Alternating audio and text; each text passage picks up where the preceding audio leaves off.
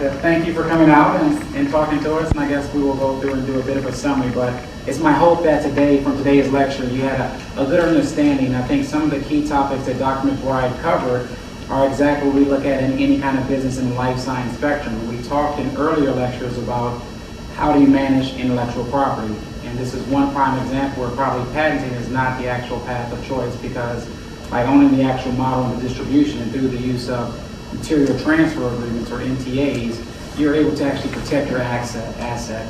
And I think that we also highlighted a couple of a broad spectrum. So you look at pharmaceuticals and the real values and actually selling a drug. So you have a Lipitor, which is a billion-dollar, multi-billion-dollar product line, whereas the mouse model probably used to create that drug actually is probably doing somewhere over $1 million or somewhere thereof.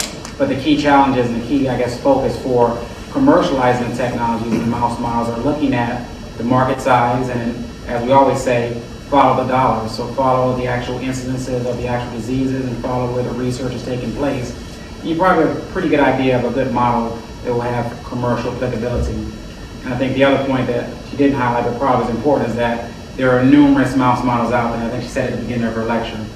So with that, I'd like to thank you, and any questions, Dr. McBride will be at Beakers and Beer, and we'll have this presentation on the websites of the Center of Excellence, I know at some point, Buffalo BioSciences, and maybe even the University of Buffalo or at Buffalo's website.